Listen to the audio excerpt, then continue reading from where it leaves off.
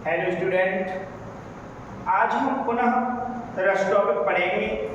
इसमें हम पहले पढ़ चुके हैं रस की परिभाषा, आचार्य भरतमुनि के अनुसार रस की परिभाषा। इसके बाद रस के अंग, रस के 4 अंग होते हैं। नंबर 1 था आपका स्थायी भाव, विभाव, अनुभाव, संचारी। स्थायी भाव, विभाव और संचारी भाव की परिभाषा हम पढ़ चुके हैं। हमारा टॉपिक लास्ट में था विभाव के भेद। विभाव के भेद, बेटा विभाव के कितने भेद थे? विभाव के 2 भेद थे। नंबर 1 का आलंबन और नंबर 2 पर था उद्दीपन। यही था ना? तो आलंबन और उद्दीपन 2 भेद थे। अभी विभाव की परिभाषा पढ़ चुके हैं, तो अभी आलंबन पढ़ेंगे। आलंबन, आलंबन का अर्थ होता है, आलंबन का अर्थ क्या होता है? सहारा। आलंबन का अर्थ क्या होता है? सहारा। तो इसकी परिभाषा क्या होगी?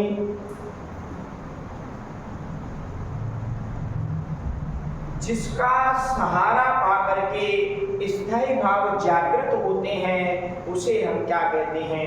आलंबन कहते हैं। इसे हम लिखेंगे एक बार। जिसका सहारा पाकर स्थायी भाव जागृत होते हैं, उसे क्या कहते हैं बेटा? आलंबन कहते हैं। जिसका सहारा पाकर स्थायी भाव जागृत होते हैं, उसे आलंबन कहते हैं। इसके बाद है आलंबन के भेद। तो आलंबन के 2 भेद होते हैं। नंबर 1 होता है आश्रय आलंबन और नंबर 2 पर होता है विषयालंबन। एक होता है आश्रय आलंबन और दूसरा होता है विषयालंबन।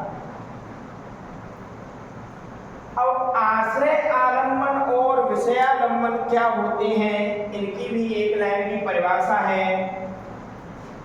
आश्रय आलंबन की परिभाषा होती है जिसके मन में स्थायी भाव जागृत होते हैं, वो कहलाता है आश्रय आलंबन। इसकी परिभाषा क्या है बेटा? जिसके मन में स्थायी भाव जागृत होते हैं, वह आश्रय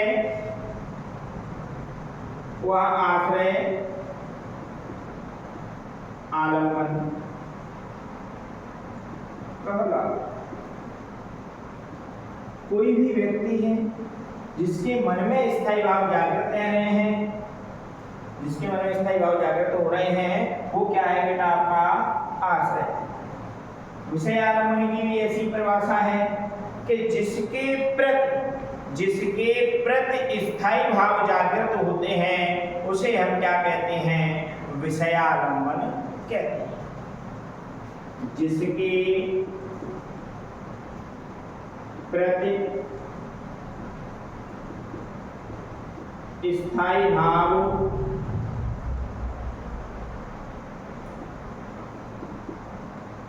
जागृत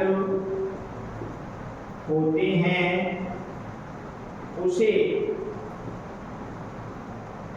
विषयालंबन कहते हैं। बेटा जिसके प्रति स्थायी भाव जागृत होते हैं, उसे क्या कहते हैं? हम विषयालंबन कहते हैं। इसके बाद आपका था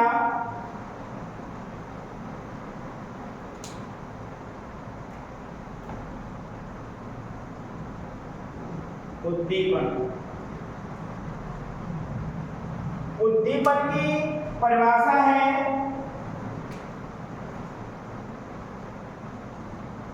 जिस वस्तु या दशा या परिस्थिति, जिस वस्तु दशा या परिस्थिति को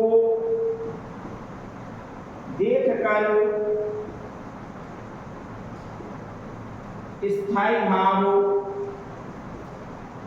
जागृत होते हैं, जिस वस्तु दशा या परिस्थिति को देखकर स्थायी भाव जागृत होते हैं, उसे बेटा हम क्या कहते हैं, उसे उद्दीपन कहते हैं।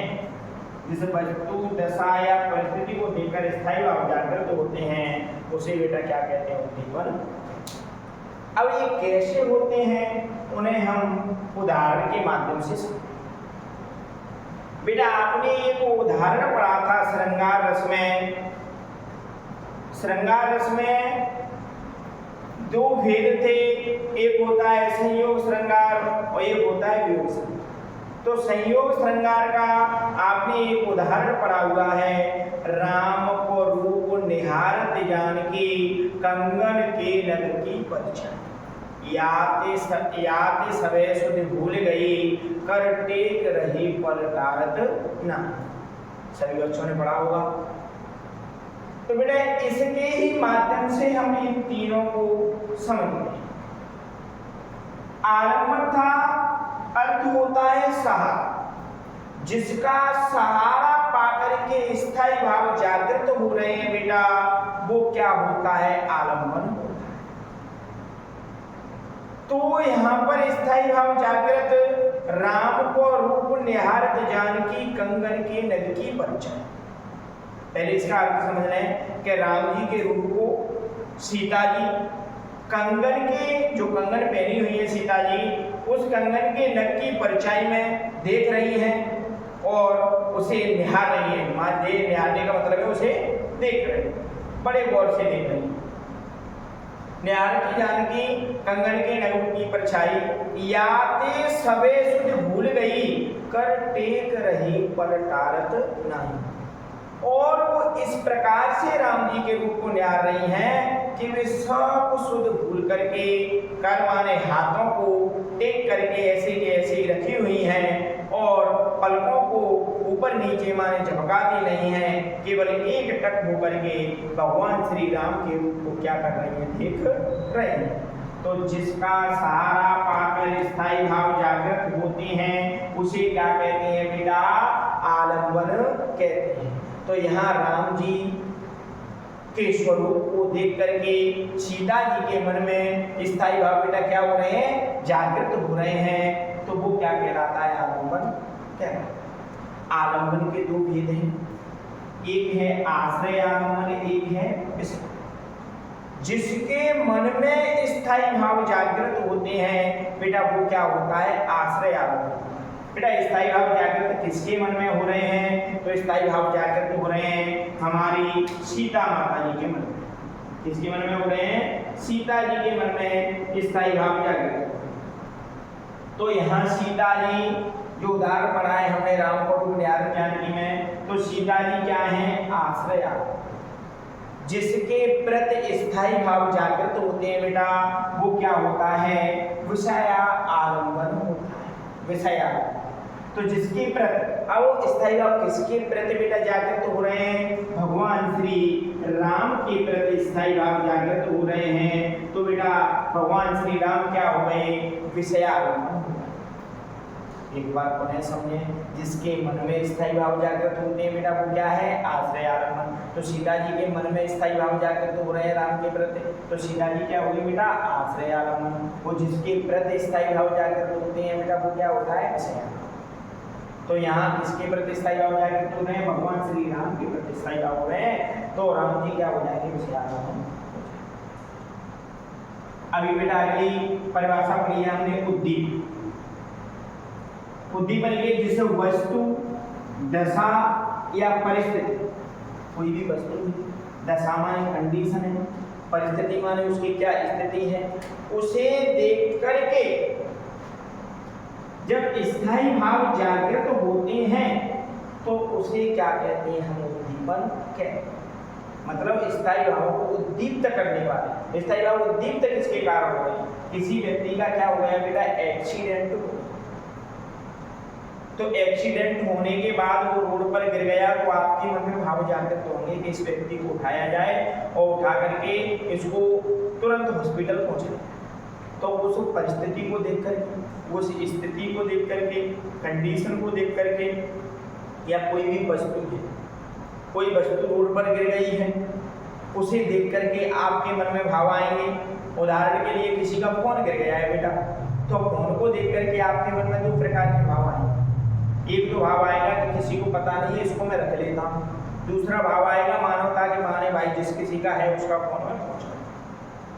तो जिस वस्तु को या परिस्थिति को या दशा को देख करके हमारे मन में जो भाव जागृत होते हैं उसे बेटा हम क्या कहते हैं, उद्दीपन कहते हैं।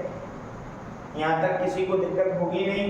तो अभी आपका विभाव के भेद हो गए और इसके बाद लास्ट थी आपकी नंबर 4 पर, ये था आपका नंबर 3, क्योंकि स्थायी भाव, संचारी भाव, विभाव, और नंबर 4 पर अंगों में था आपका अनुभाव।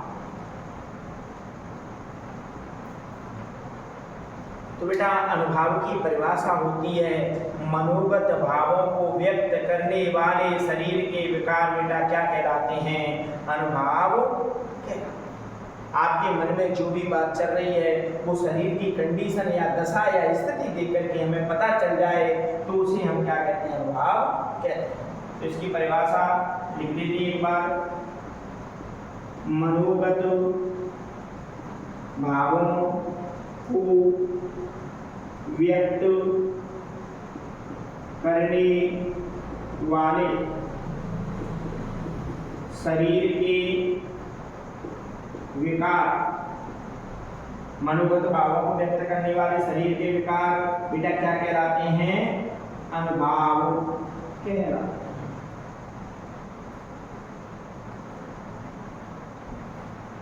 मनोगत भावों को व्यक्त करने वाले शरीर के विकार बेटा क्या कहलाते हैं, अनुभाव कहलाते हैं। आपके मन में क्या चल रहा है, उन भावों को प्रकट करने वाले शरीर की स्थिति क्या कहलाती है बेटा, अनुभाव कहलाती है। कैसे, जैसे आप भयभीत बैठे हुए हैं, डरे हुए बैठे हुए हैं, तो आपकी शरीर की स्थिति से ही पता चलता है।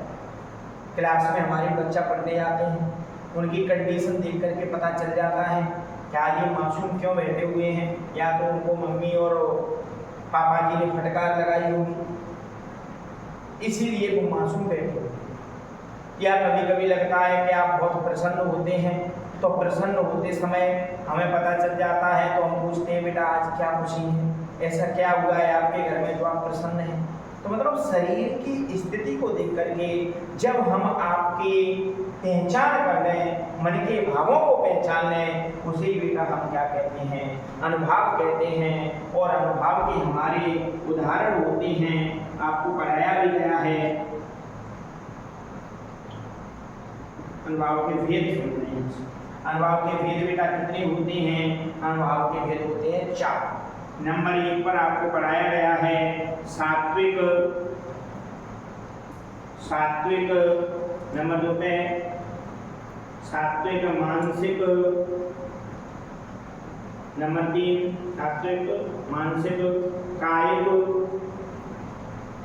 और नंबर 4 पे है आहार।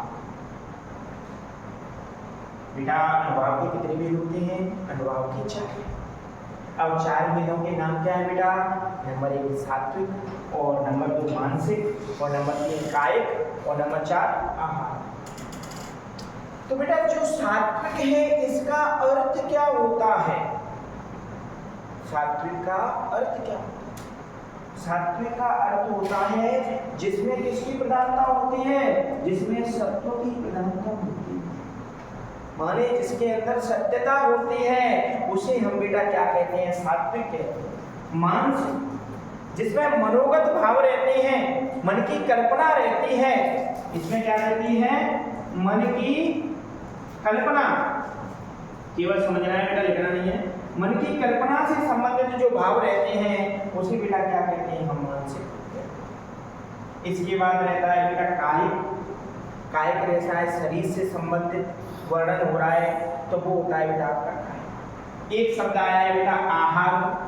आहार या पहली बार सुन रहे हो समथिंग, तो आहार का मतलब होता है बनावटी या वेशभूषा। वेशभूषा से आप समझ में हो। कभी कभी हमारे घर पर लोग आते हैं नई नई वेशभूषा बना करके, आप और हम सबके घर पर कोई हनुमान जी बन के आया है, कोई शिव जी बन करके आया है, तो बेटा क्या है? वेशभूषा। ये बनावटी चीजें हैं, इसे हम क्या कहते हैं बेटा? आहार कहते हैं। यहाँ तक आपकी समझ में आ गया होगा। और अगर फिर भी किसी बच्चे को कोई समस्या है तो आप कमेंट बॉक्स में पूछ सकते हैं। Thank you for watching.